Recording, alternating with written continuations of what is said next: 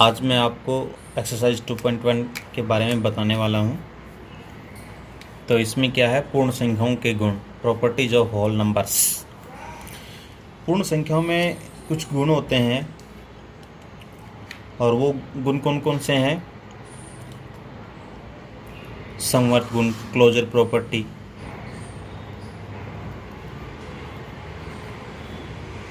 Commutative, associative. ये तीन गुण होते हैं पूर्ण संख्याओं में: समवर्त, क्लोजर प्रॉपर्टी, कम्यूटेटिव और एसोसिएटिव।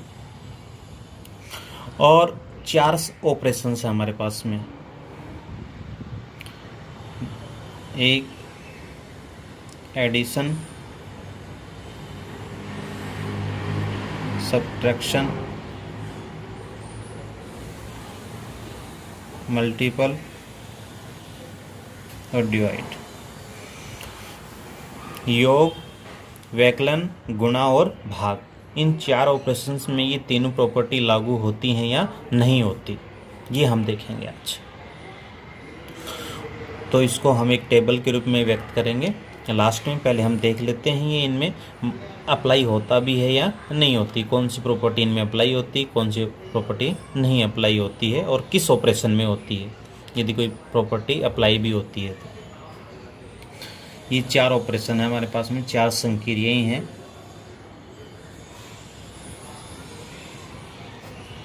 तो चलिए सबसे पहले हम देखते हैं समवर्त गुण, क्लोजर प्रॉपर्टी। क्लोजर प्रॉपर्टी होती क्या है, पहले ये पता होना चाहिए। क्लोजर प्रॉपर्टी का मतलब है जिन संख्याओं में, जिन नंबर्स में हम ये अप्लाई करेंगे ये प्रॉपर्टी, तो जो हमारा आंसर होगा या जो हमें नंबर प्राप्त होगा संक्रिया करने के बाद में, ऑपरेशन लगाने के बाद में, तो वो नंबर भी उन्हीं संख्याओं में होना चाहिए वो नंबर। यदि है तो वो समवर्त गुण उसमें होगा, वरना नहीं होगा। चलिए एक एग्जांपल के थ्रू आप देखिए, फिर आप समझ पाएंगे अब कि क्या होता है समवर्त गुण। यहाँ से देखिए 3 + 5 कितना हुआ, 8। तो 3 और 5 दोनों होल नंबर्स हैं, तो जो इनसे जो आंसर प्राप्त हुआ वो भी क्या है, 8। तो वो भी क्या है, होल नंबर है। अब यहाँ से 0 + 7 + 7 7। तो 0 और 7 क्या है, होल नंबर है। 7 भी क्या है, होल नंबर है। इसी प्रकार 10 + 15 आंसर प्राप्त हुआ 25। तो 10 15 भी क्या है, होल नंबर है, और 25 भी क्या है, होल नंबर है। इसका मतलब ये हुआ कि हमने सभी तरीके से देखा कि जो हमें आंसर प्राप्त हो रहा है वो भी एक होल नंबर प्राप्त हो रहा है, वो भी एक पूर्ण संख्या प्राप्त हो रही है। तो इसका मतलब योग के अंदर क्लोजर प्रॉपर्टी होती है। तो हम यहाँ से ये बात लिख सकते हैं,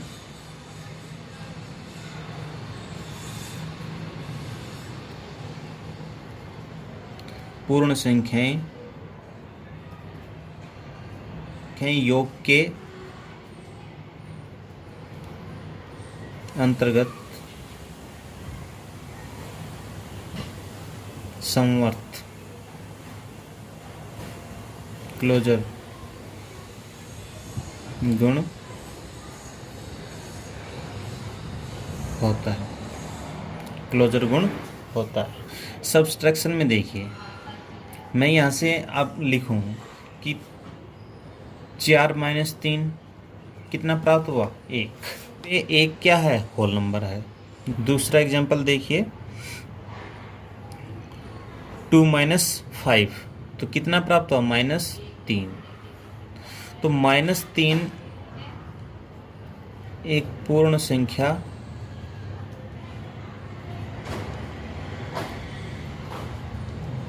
नहीं है, एक पूर्ण संख्या नहीं है। तो इस ऑपरेशन में, इस संक्रिया में हमें जो प्राप्त हुआ वो -3 प्राप्त हुआ, जो एक पूर्ण संख्या नहीं है। तो इसका मतलब सब्ट्रैक्शन में, घटाने में, वैकलन में ये प्रॉपर्टी लागू नहीं होती है, समवर्त गुण नहीं होता है। क्यों? क्योंकि हमने देखा है 4 - 3 करते हैं तो 1 प्राप्त हो जाता है, होल नंबर प्राप्त हो जाता है। यहाँ तो लागू हो रहा है, लेकिन सभी संख्याओं में लागू नहीं हो रहा है, क्योंकि यदि 2 में से -5 करें तो क्या प्राप्त होता है? -3, और जो -3 एक होल नंबर नहीं है, पूर्ण संख्या नहीं है। तो हम यहाँ से लिख सकते हैं कि पूर्ण संख्याएं व्यकलन के अंतर्गत संवर्त गुण नहीं होता है। मल्टीपल में देख लीजिए आप, 3 × 5 कितना प्राप्त हुआ? 15। 0 को 7 से मल्टीपल करेंगे तो कितना हुआ? 0। तो यहाँ पे देखना कि ये क्या है? होल नंबर है। ये भी क्या प्राप्त हुआ? हमें होल नंबर प्राप्त हुआ। तो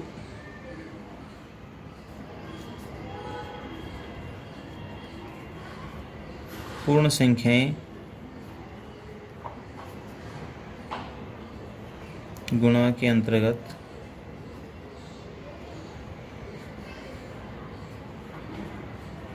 संवर्त गुण होता है कि भाग के अंदर। फोर्थ ऑपरेशन हमारा डिवाइडिंग, 8 / 4। तो यहाँ 8 में 4 का भाग दे तो कितना आया? 2। दूसरा देखिए, 5 में मैं 7 का भाग दूँ तो क्या करेंगे? 5/7। तो यहाँ जो 5/7 हमें प्राप्त हुआ, ये एक होल नंबर नहीं है, होल नंबर नहीं है। 5/7 एक पूर्ण संख्या नहीं है। यहाँ पे तो हमें एक पूर्ण संख्या प्राप्त हो गई थी, लेकिन 5/7 एक पूर्ण संख्या नहीं है। तो इसका अर्थ ये हुआ कि भाग के अंतर्गत भी संवर्त गुण नहीं होता। पूर्ण संख्याएं व्यकलन व भाग में संवर्त गुण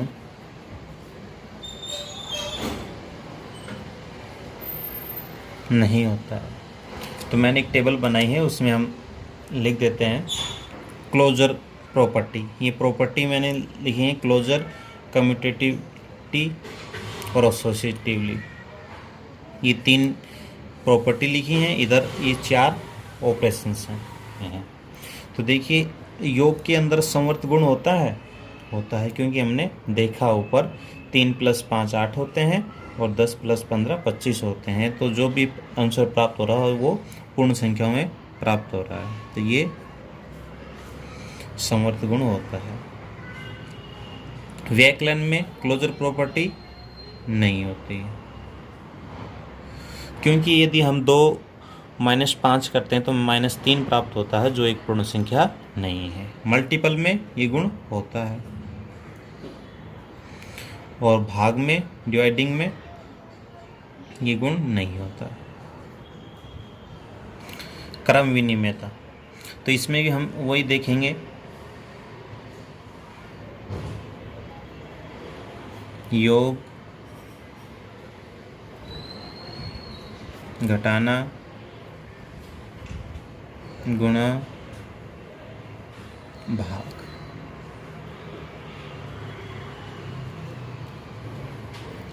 एडिशन, सब्ट्रैक्शन और मल्टीपल डिवाइड। तो सबसे पहले ये देखना चाहिए क्रम विनिमेयता होती क्या है। तो इनके नाम से हमें पता चल रहा है कि क्रम विनिमेयता, जिसके क्रम को चेंज कर दिया जाए, विनिमय कर दिया जाए, क्रम को चेंज कर दिया जाए। कैसे?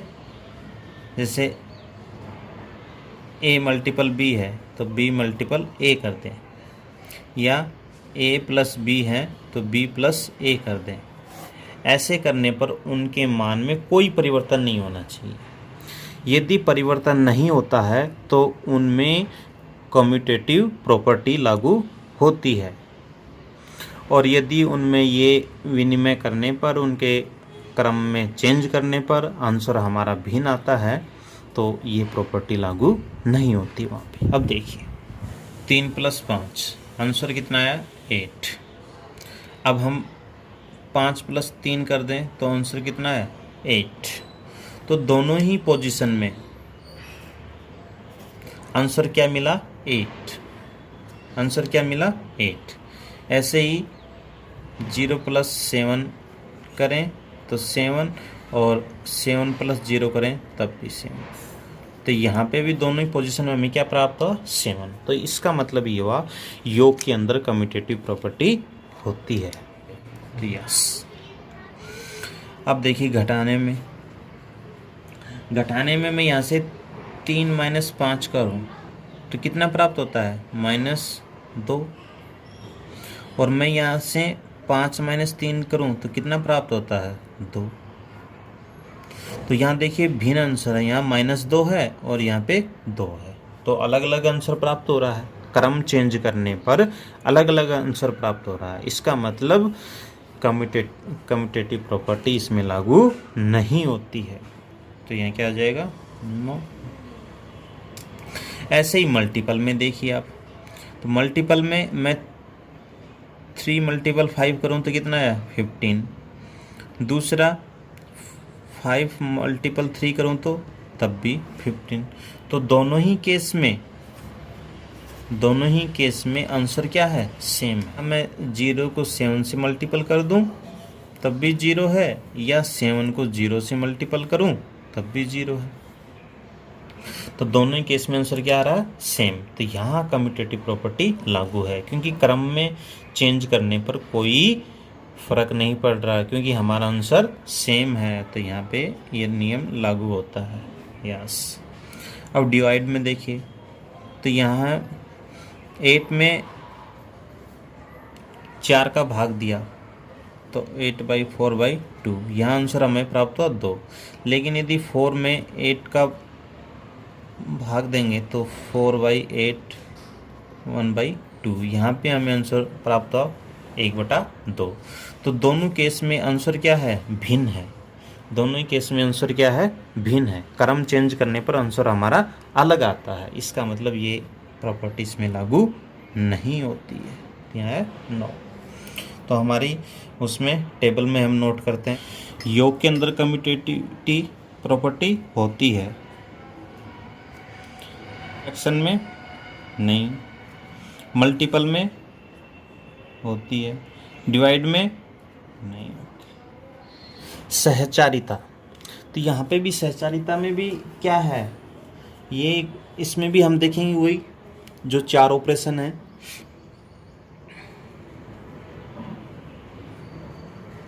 एडिशन, सब्ट्रैक्शन, मल्टीपल और डिवाइड। प्रॉपर्टी कहती है a + b + c। a + b + c में हम पहले a + b को हल कर लेते हैं और फिर c को, और दूसरी बार क्या करते हैं a + b + c। यहाँ पे हम b + c को पहले सोल्व कर लेते हैं, फिर a को ऐड कर देते हैं। तो दोनों ही केस में आंसर क्या होना चाहिए सेम। यदि सेम होता है तो इसका मतलब ये है कि वो हमारी प्रॉपर्टी उसमें लागू होती है, और यदि आंसर हमारा सेम नहीं आता है तो वो प्रॉपर्टी लागू नहीं होती है। अब देखिए 2 + 3 + 4, तो यहाँ पे हम देखते हैं 2 + 3 कितना हुआ 5 + 4 कितना हुआ 9। अब दूसरे केस में देखिए 2 + 3 + 4, तो यहाँ पे क्या प्राप्त हुआ 2 + 7 और 2 और 7 9। तो दोनों ही केस में हमें क्या प्राप्त हो रहा है 9 9। तो यहाँ पे ये नियम लागू है, ये प्रॉपर्टी लागू है। अब देखिए सब्ट्रैक्शन में, यहाँ पे 7 - 5 - 1, तो यहाँ हम पहले इन दो को हल करते हैं। तो 7 में 5 गए तो 2 -1, तो आंसर प्राप्त हुआ 1। दूसरी कंडीशन में देखिए 7 - 5 - 1, इसमें 7 - 4, 5 में -1 गया 4 बच गया ना, तो 7 - 4 3। इस कंडीशन में देखिए यहाँ पे तो हमें 3 प्राप्त हो रहा है और यहाँ पे आंसर 1 प्राप्त हो रहा है। दोनों कंडीशन में आंसर है जो हमारा वो अलग अलग है, तो ये प्रॉपर्टी सब्ट्रैक्शन में लागू नहीं होती है। नो। अब मल्टीपल में देख लीजिए। मल्टीपल में देखेंगे तो 2 मल्टीपल 3 मल्टीपल 4। हम पहले इन दो को सोल्व करते हैं तो क्या आता है 2 3 जा 6 4 6 4 जा 24। अब सेकंड में देखिए, अब इन दोनों को तो यहाँ 2 मल्टीपल 12 और 12 2 जा 24। तो दोनों ही कंडीशन में हमारे पास में जो आंसर है वो 24 प्राप्त हो रहा है। तो इसका मतलब ये प्रॉपर्टी मल्टीपल में लागू होती है। अब देखिए डिवाइडिंग में देखेंगे आप तो 8 डिवाइड 4 डिवाइड 2। पहले ही हम इन दो को सोल्व करते हैं तो 8 में 4 का भाग दिया तो कितनी बार गया 2 बार, डिवाइड 2 को 2 से डिवाइड किया 1। इधर पहले हम इन दो को सोल्व करते हैं तो क्या आएगा 2 को 4 में डिवाइड किया तो 2 और यहाँ से 8 में 2 का भाग दिया तो कितना है 4। तो यहाँ पे दोनों ही कंडीशन में आंसर है वो क्या है भिन्न है। दोनों ही आंसर क्या है भिन्न है। यहाँ पे 1 है, यहाँ पे क्या है 4 है। तो इसका अर्थ ये हुआ कि इस भाग में भी ये प्रॉपर्टी लागू नहीं होती क्योंकि हमारा आंसर सेम नहीं आया। एडिशन में ये प्रॉपर्टी लागू होती है, सब्ट्रैक्शन में ये नहीं होती है, मल्टीपल में ये होती है और डिवाइड में ये नहीं होती है। जो एडिशन है इसमें तीनों प्रॉपर्टियां हैं, क्लोजर प्रॉपर्टी भी है, कम्यूटेटिविटी भी है और एसोसिएटिवली भी है। सब्ट्रैक्शन में ये तीनों ही नहीं प्रॉपर्टी, मल्टीपल में फिर ये तीनों प्रॉपर्टी हैं और डिवाइडिंग में ये तीनों प्रॉपर्टी नहीं है। तो यहाँ से हम कह सकते हैं संख्याओं में गुणन, योग व गुणन के अंतर्गत क्लोजर, कम्यूटेटिविटी और एसोसिएटिवली प्रॉपर्टी लागू होती है। देखिए योग पर गुणन का वितरण, डिस्ट्रीब्यूटिव ऑफ मल्टीप्लिकेशन और एडिशन, ये डिस्ट्रीब्यूटिव प्रॉपर्टी है एक। क्या होती है देखिए जरा, एक एग्जांपल लेते हैं 6 मल्टीपल 8। तो यहाँ पे 6 मल्टीपल 8 करेंगे, 6 8 से कितने होंगे 48। ठीक है भाई। अब हम इसको दूसरे तरीके से करते हैं। देखिए 6 मल्टीपल 8 को दो भागों में विभाजित कर देते हैं, 5 प्लस 3 और ब्रैकेट भी लगा दिया हमने। अब ब्रैकेट से पहले मल्टीपल है और इस 6 से मल्टीपल करना है तो हम ब्रैकेट लगा दें तो दोनों संख्याओं को 6 से मल्टीपल करेंगे।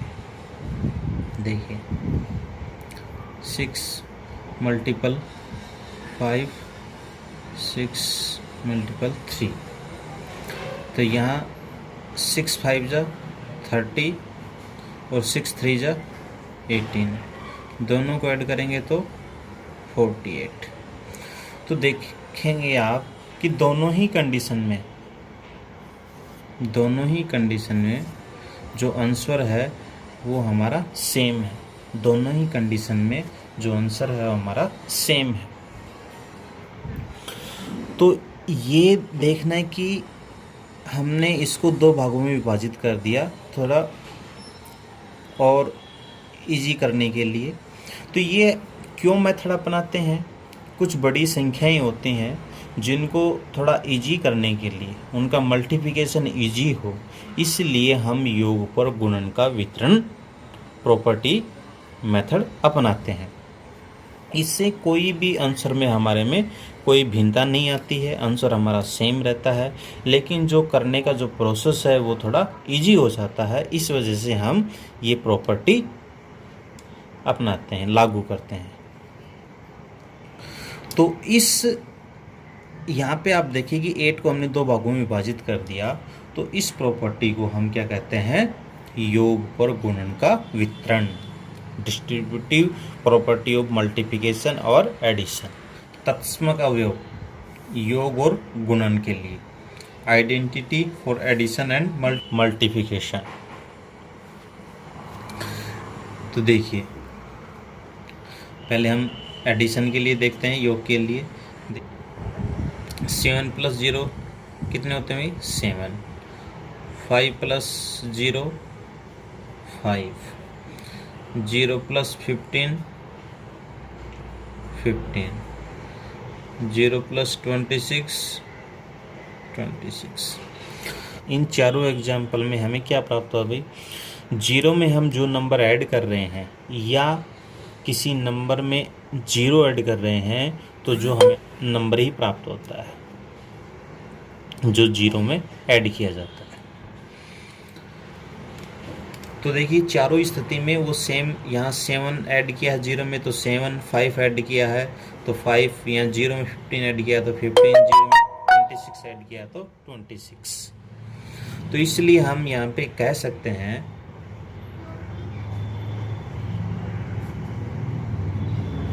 शून्य को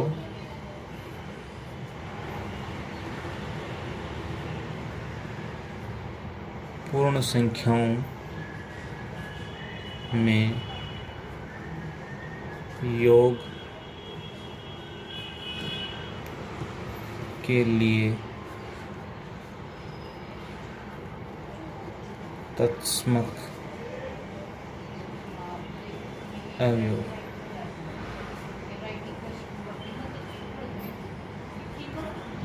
शून्य को पूर्ण संख्याओं में योग के लिए तत्समक अवयव कहते हैं, आइडेंटिटी एलिमेंट्स, आइडेंटिटी एलिमेंट।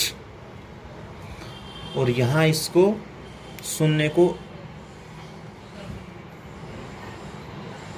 योज्य तत्समक भी कहते हैं।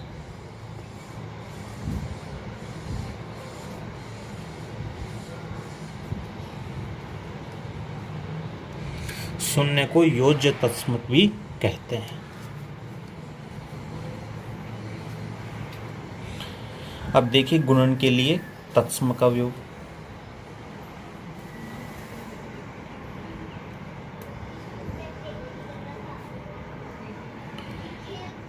Seven to 1 = 7। 5 × 1 5। 1 × 12 12। 1 × 100 100। इन चारों एग्जाम्पल में आप देख पा रहे हैं कि एक को जिस भी नंबर से हमने मल्टीपल किया है या किसी नंबर को 1 से मल्टीपल किया है तो हमें वो नंबर ही प्राप्त हो रहा है, वो नंबर ही प्राप्त हो रहा है। यहाँ 7 को 1 से मल्टीपल किया 7, 5 को 1 से मल्टीपल किया 5, 1 को 12 से मल्टीपल किया 12, 1 को 100 से मल्टीपल किया 100। यदि किसी नंबर को 1 से मल्टीपल करते हैं तो वो नंबर ही प्राप्त होता है, तो उसको क्या कहते हैं, तत्समक अवयव। तो हम वहाँ पे एक को क्या कहेंगे, तत्समक अवयव। तो यहाँ हो जाएगा पूर्ण संख्याओं के लिए एक गुणात्मक तत्समक है।